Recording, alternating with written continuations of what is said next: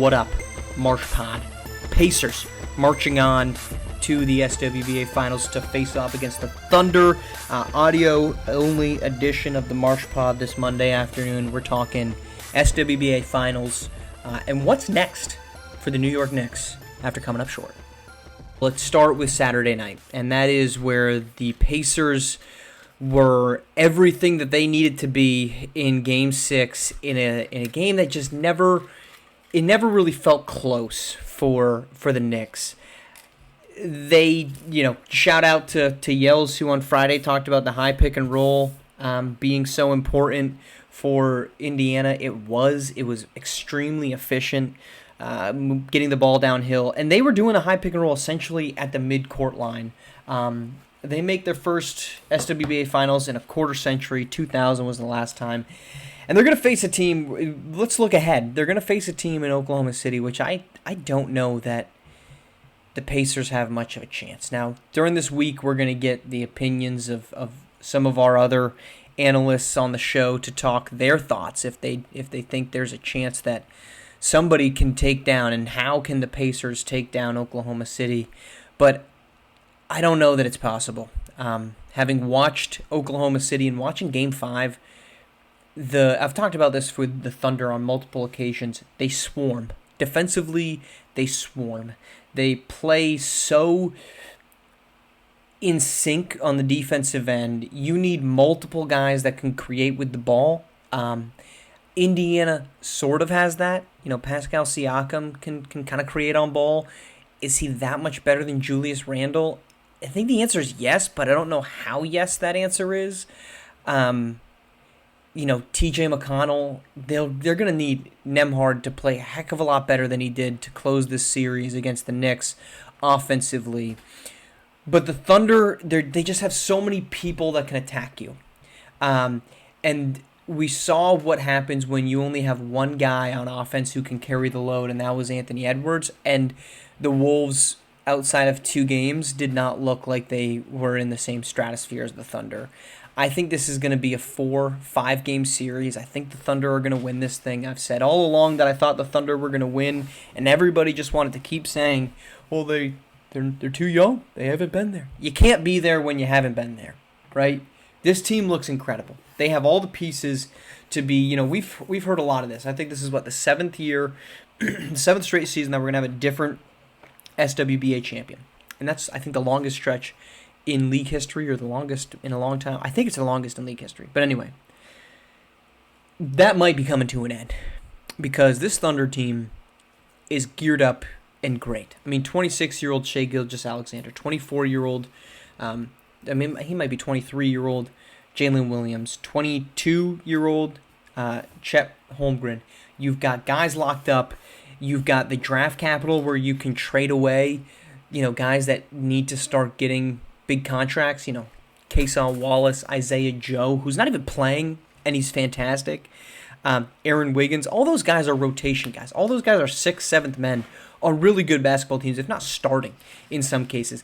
And Isaiah Joe can't even get on the floor. He came on the floor at the tail end of Game 5 against the Timberwolves and just immediately started letting up. I think he had like 11 points maybe. They are well positioned, and it's going to take, I think there's a way, okay? Let's say this. I think there's a way. The way that Indiana plays, I think, is going to enable them to try to stay in this thing. They want to push. They did a fantastic job in Game 6 of pushing and setting the pace of that game. They want to do that. If they can find ways to do that, they're going to be good.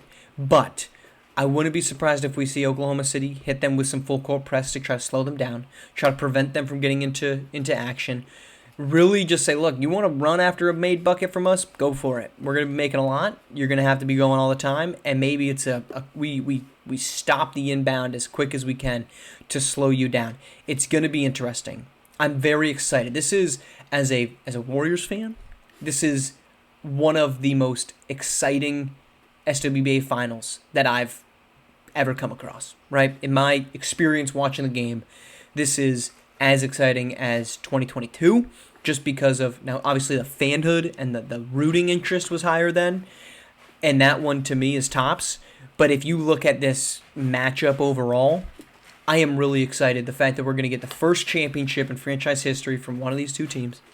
we're going to get Shea or Tyrese Halliburton, who are both top 2, and then Tyrese has fluctuated here, top 10 to top 20, and we're talking 10, like number 10.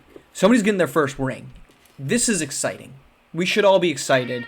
I think it's going to be a great matchup, but I also think the Thunder just have too many weapons. Their waves of options are going to be overwhelming. Let's head to the other side of the Eastern Conference, where the Knicks are headed home. They go out in disappointing fashion for them, especially the high. I mean, watch these social media videos of New York Knicks fans, talking smack about the Pacers and F. Tyrese Halliburton, F. Trae Young, who just keeps catching strays in New York. He lives rent-free in New York, believe it or not, the only man that doesn't pay rent in the city. But they flip so quickly, right? After they took down Boston, the fanhood of New York was, we're the best, man, we're the best. Bing bong. Like, it is New York all over, baby. And then they lose in 6 games. It wasn't a great 6 games. And now it's this person's fault. It's that person's fault. It's frustrating to just listen to it. I'm glad I'm not a Knicks fan. But you got a really bad game out of Karl Anthony Towns. Mikal Bridges was not great. He didn't do a lot of things all that well. But it is a challenge right now in New York City to be a Knicks fan. I don't know where this whole thing is going to go. But what's next is they got to figure something out. They got to figure something out to be able to say, we can win. Now, what it is, I don't know. Honestly, I don't know that there's a lot of moves you need to make, right? I think you need to figure out what's going on with Mitchell Robinson at the 5. You need to figure out what's going on. Can you keep Karl Anthony Towns healthy? Can you get some more depth? You came within 2 wins of a finals. I don't know that there's some grand scheming move that needs to be made. You got beat, and you could have won game 1. You should have won game 1. You win that game, and the entire series is different, right? Forget about the fact that means we're getting a game 7, because obviously the series isn't going to play out exactly the same. But you win game 1, and that entire script is different, right? You're up 1-0. The heels are in place for the Pacers. A lot of question marks. A lot of question marks in that instance. And what's next, in my opinion, for the New York Knicks is run it back, right? Run it back. You got this close. You had a bum knee from Karl Anthony Towns. I think there's going to be a big question mark, as there always has been around Cat, is he good enough to win a championship with? I don't know that the answer is yes. Is he good enough as your second guy? But this is a really good basketball team in New York, and they checked a lot of boxes that I think people didn't want them to be able to check, right? It's the same thing that went on with the Thunder. Well, you haven't been there, how can we believe in you? They've been there, right? They took down a Boston team that they were outplaying regardless of what happens with Jason Tatum's Achilles. And that's a team, by the way, in Boston that's not going to come back the same. And the Eastern Conference is not going to be the same next season, right? The Pacers are going to be considered favorites. We don't know what's going to happen with Giannis. The Knicks are going to be considered favorites. But who else in New York are you excited about? Or excuse me, in the Eastern Conference? Orlando? Cleveland, who just got bounced by the Pacers? I mean, Cleveland's going to be good. This feels like, as we look at it right now, a 3-team race between Cleveland, New York, and Indiana a season from now. And I think New York has to look at that roster and say, we feel pretty good. Maybe we get a little bit better center, but if Mitchell Robinson is healthy, look at the difference he makes. If Karl Anthony Towns can stop making dumb fouls, look at the difference he makes. I don't know that this needs to be a world-changing. I don't know that Tom Thibodeau is not the right head coach. You just got beat by a team that punched you in the mouth over 2 minutes in the fourth quarter of Game 1, and you never responded. And you allowed yourself to go down 2-0, and you never got back up off the mat. You came up at the 8 count, you promptly got hit again, and you never really recovered. I don't know that that's the end of the world.